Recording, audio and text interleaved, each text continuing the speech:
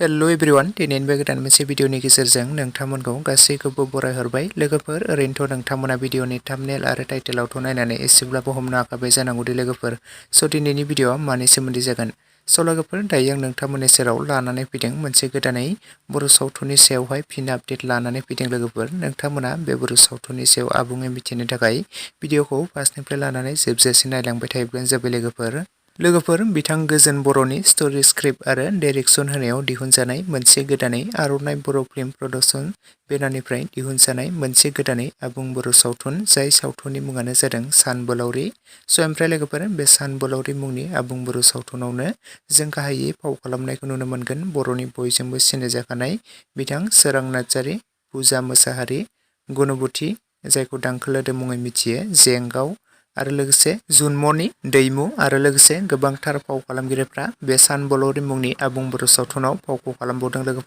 लोगोफोर ओरैनोथ' नोंथांमोना बे सानबोलावरि आबुं बर' सावथुनखौ गोबाङानो एपिसड 1 निफ्राय लानानै एपिसड 6 सिम गोबाङानो नायखाबायमोन आरो नुखाबायमोन जानांगौ दे आरो नोंथांमोना गोबाङानो आर'नाइ बर' फिल्म प्रडाक्शन चेनेलनि गेजेरजों एपिसड 1 निफ्राय लानानै एपिसड 6 सिम नायखाबायमोन आरो लोगोफोर नोंथांमोना बे सानबोलावरि आबुं बर' सावथुननि एपिसड 7 खौ जोबोरैनो नायनो होननानै एक्साइटेड जादोंमोन गोबाङानो कमेन्ट्स खालामबाय थादोंमोन माब्ला रिलिज खालामगोन होननानै स' लोगोफोर फाइनालि बेनि एपिसड 7 आबो रिलिज जानानै थांबाय जुदि दासिमाव नायालासिनो थादोंब्ला आर'नाइ बर' फिल्म प्रडाक्शन चेनेलावहाय बयबो नोंथांमोना थांनानै नायहैब्लानो जाबाय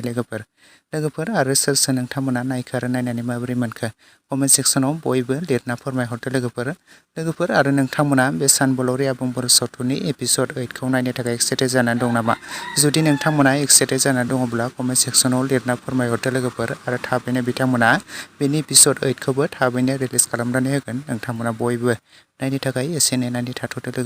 लोगोफोर लोगोसेनो दासिमनि सर्ट आपडेट भिडिअ बेखिनियावनो भिडिअखौ नायनानै जुदि नोंथांमोना एसेब्लाबो मोजां मोनोब्ला लाइक शेयार एन्ड कमेन्ट्स खालामना होयोब्लानो जाबाय लोगोसे चेनेलाव गोदानै फैदोंब्ला साबस्क्राइब खालामनानै खाथिनि बेल आइकनखौबो अल प्रेस खालामना लायोब्लानो जाबाय लोगोफोर